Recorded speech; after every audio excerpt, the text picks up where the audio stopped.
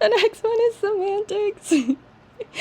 And that's just like you're assigning meaning to stuff, and it's completely arbitrary. Like, for example, my name is Natalie. That doesn't, the sound of Natalie has nothing to do with like the definition of Natalie. That's just me. That's completely arbitrary. It's a symbol of my name that we're assigning meaning. It's, I can't get over those sounds. Okay.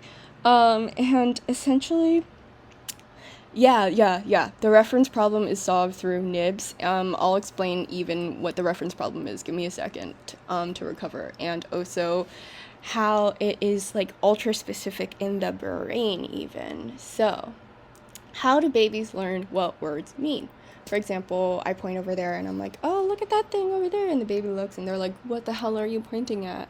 How do they solve this problem and know what I'm referencing at? And I categorize this as NIBS, novelty matching, intentionality, basic level of category assumption. Don't get this mixed up with categorical perception, okay? Two different things. Categorical assumption, category assumption, and social referencing, okay? Got it? Novelty, intentionality, basic, and social referencing, okay? So let's break it down. What is novelty matching? So this is basically saying that the baby is always going to think that a new sound is associated with like a new object. If an object already has a name, for example, if you've already taught them that this is a phone and it's over there and it's like one of the things that you could be referencing at, they're not going to be like, oh, that new sound must be that old object. New goes with new. Old goes with old, okay? They're not going to think that you have multiple names for the same thing. Novelty matching. Novelty means new. They're matching that sound with a new thing. Secondly, intentionality. If I'm just pointing wildly and I'm like, oh my god, look at that thing, or I make a mistake and I call this a pig, they're gonna be like, what? And I'll probably act like I made a mistake too. I'll be like, oh, this is a pig. Oh, my bad. I'm so sorry. This isn't a pig. Like, that's on me.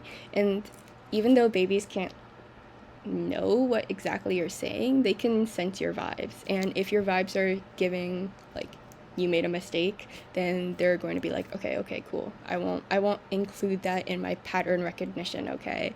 Like, I won't include that in my, like, as I figure out the world. Okay? And then there is the basic level of category hierarchy, and this is kind of confusing, so I'm gonna put it into a picture. There's different levels of categorization. So like, for example, you have like this taxonomic tree. You have animal up here and it breaks into mammals and fish maybe, and then like deer, dog, trout, shark, and then there's even more specific than dog, you know, there's like terrier, spaniel, I don't even know, other shit. And all that this is saying is that babies are going to usually use the words they learn at this basic level, okay? They're gonna assume that they're at this level. They're not really at that point where they're like looking at a fluffy white thing on a leash and they're gonna be like, oh yeah, that's a mammal on the taxonomic tree coming from animal. They're gonna be like, oh, a dog. And they're not gonna be like, oh yeah, that's a German Shepherd mixed with a Golden Retriever. No, they're gonna be like, that's a dog, okay? So it's just that level of specificity. It's the easiest for everyone.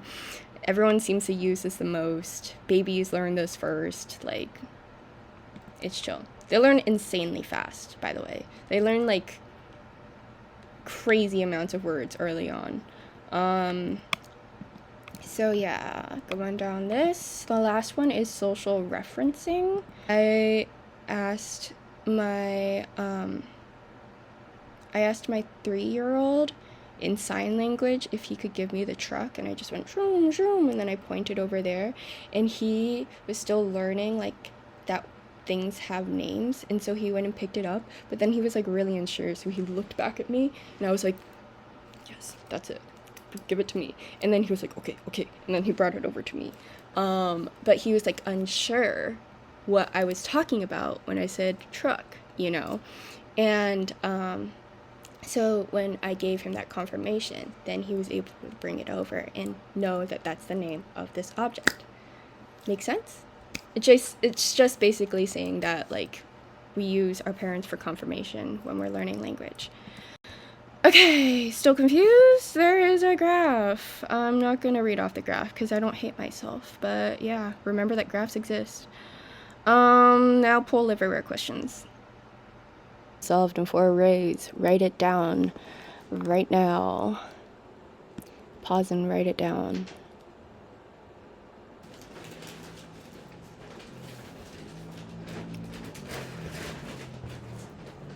It minimizes ambiguity in object identification. Are you paying attention? I hope you're paying attention. Why do children disregard accidental actions during verb learning? They assume verbs refer only to intentional goal-directed actions. An example of novelty matching. Why is the child likely to associate the word blicket with an unfamiliar object? Pause and tell me. The child assumes that the new word refers to an object without an existing label. Okay, the next part of semantic meaning is the brain side of things.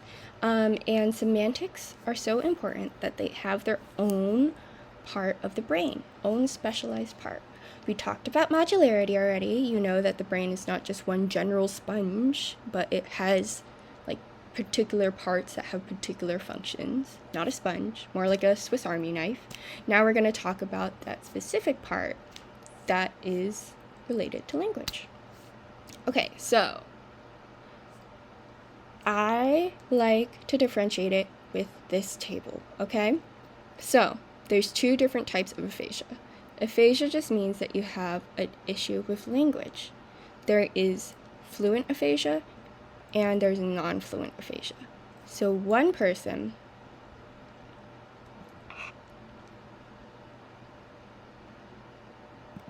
Okay, so the 2 things that have 2 different specialized parts in the brain are syntax, grammar, and structure, and also your understanding of the words, you know, like your semantic meaning, comprehension, all that stuff.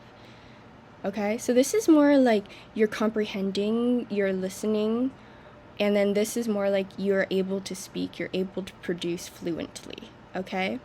And so sometimes you can get lesions in a particular part of your brain called the Broca's area. It's right here. It's in the like frontal lobe, right next to like the motor cortex. So if that gets knocked out or something, you won't be able to speak fluently. You won't be able to like think of that. You know when you think of a word and it's like on the tip of your tongue, but you don't really know what that word is, so you like talk around it. It's like, oh yeah, it's that thing that I drink every morning that my girlfriend sneaks protein powder into, you know, like it's, but you don't say the word. That's what Broca's non-fluent aphasia is like. He showed an example of a girl with stroke that had that, and I'm going to show you an example of someone who has Mandarin, or someone who's speaking Mandarin, to show you that Broca's aphasia is like same in all languages. But yeah, they have lost the ability to speak fluently, but they still have the semantic meaning. How are they able to like comprehend, listen, but not speak and respond? Well, what they have is Wernicke's. So there's 2 areas in the brain.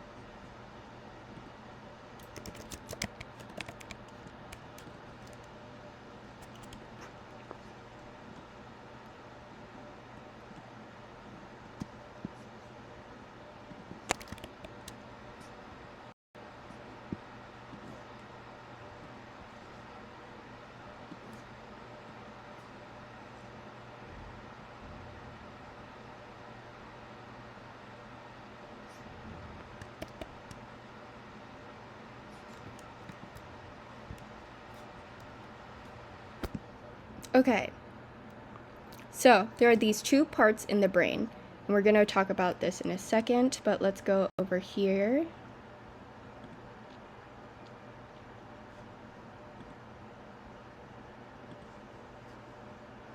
Okay, so you have the brain, and you're aware that the brain has different parts to it, and it is not just a sponge where you can cut out one part and it's still exactly the same.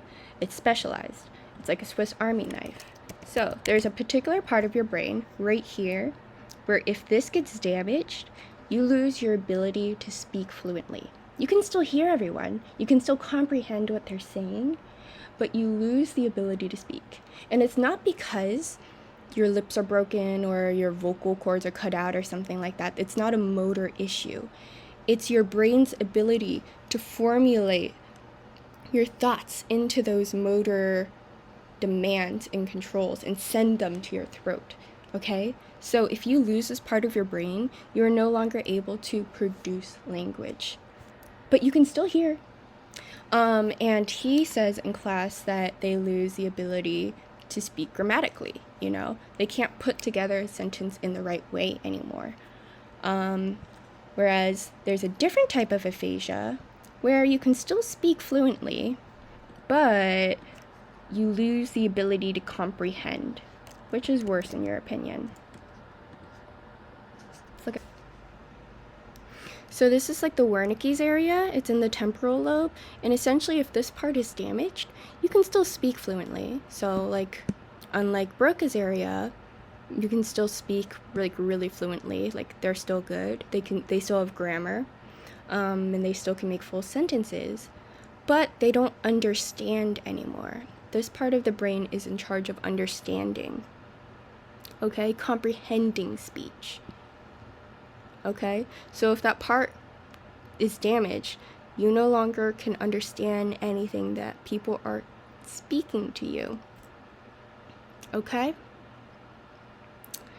And so what you see is they say a lot of stuff, but they don't even know what they're talking about. It's a lot of word salad.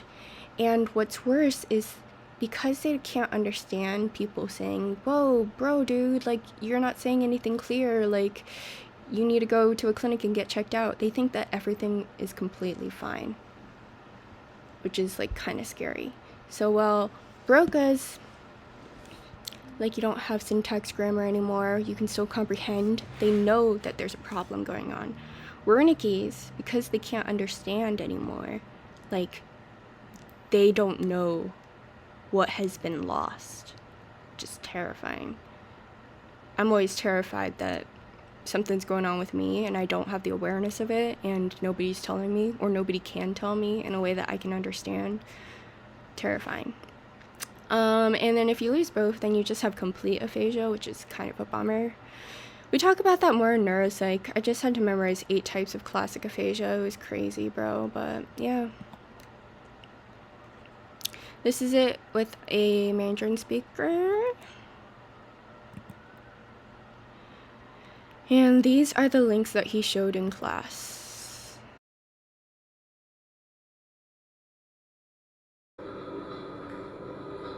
讲不明白了，就是说他们不明白，他们不明白。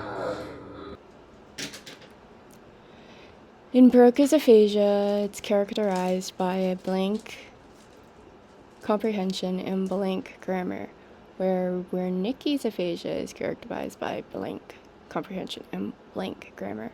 What is impaired and what is intact in both? Pause and figure that out. You can just write it down if you don't want to like choose options or whatever. Whoa!